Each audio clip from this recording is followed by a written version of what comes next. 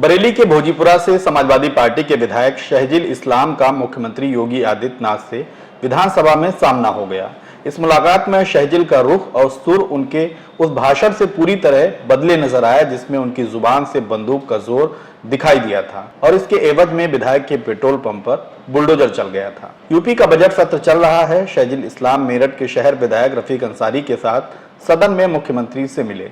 रफीक अंसारी ने इस मुलाकात की एक तस्वीर शेयर की है जिसमें शहजिल इस्लाम भी हैं। रफीक अंसारी ने कहा कि उन्होंने बुनकरों की समस्याएं मुख्यमंत्री के सामने रखी।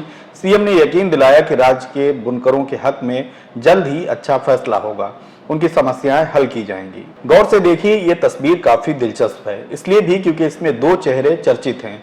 एक भोजीपुरा से विधायक शहजिल और दूसरे बिलारी से विधायक फहीम इरफान। फहीम इरफान आजम खान के करीबियों में शुमार हैं, तीसरी बार विधायक बने हैं। गत दिनों जब आजम खान शपथ लेने विधानसभा पहुंचे थे तो फहीम इरफान उनके साथ नजर आए थे और इसी बीच वे विधायक रफीक अंसारी और शहजिल इस्लाम के साथ सीएम से मुलाकात करते देखे गए हैं।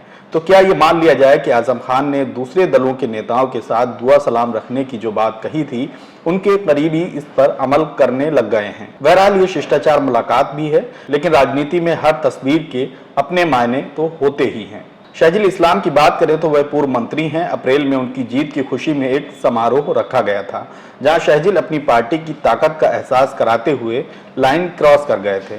बोले, अब सदन में सरकार की तानाशाही नहीं चलेगी, अगर उनकी जुबान चलेगी तो हमारी बंदूकों से धुआं नहीं बल्कि गोलियां निकलेंगी।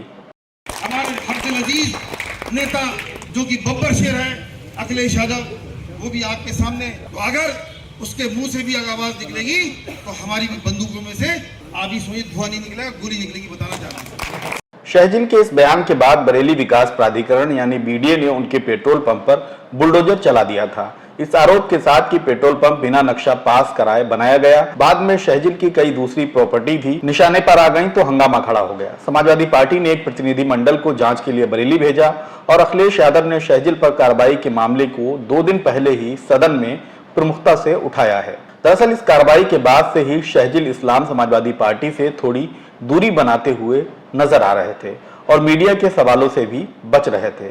बजट सत्र की शुरुआत से एक दिन पहले वे रामपुर में आजम खान से मुलाकात करने पहुंचे थे, जहां उन्होंने बजट सत्र में हिस्सा लेने की बात कही थी। चूंकि अब मुख्यमंत्री से उनकी मुलाकात हो गई है और उनके खिलाफ जो कार्रवाई की चर्चाएं आम थी वो भी थम गई हैं, तो यही उम्मीद जताई जा रही है कि आगे भी सब ठीक ही रहेगा। शहजिल इस्लाम का ताल्लुक बरेली के बड़े राजनीतिक परिवार से है। उनके पिता इस्लाम साबिर और उनके दादा भी विधायक रहे हैं। शहजिल इस्लाम अंसारी बिरादरी से हैं। योगी आदित्यनाथ के मंत्रिमंडल में जो एकमात्र मुस्लिम मंत्री हैं दानिश आजाद, वो भी अंसारी बिरादरी से आते हैं। दानिश को जब मंत्री बनाया गया था तो यही संभावना जताई गई थी कि सत्तारूढ़ भाजपा की नजर अब मुस्लिम समुदाय के पिछड़े वर्ग पर है और उसे लुभाने के लिए ही दानिश को मंत्री पद से नवाजा गया है। दानिश को मंत्री बनाने पर पिछड़े वर्ग से पार्टी को लेकर सकारात्मक प्रतिक्रियाएं भी देखने को मिली, लेकिन इसी बीच जब शहजिल इस्लाम निशाने पर आ गए तो इस वर्ग में बेचैनी भी देखी गई।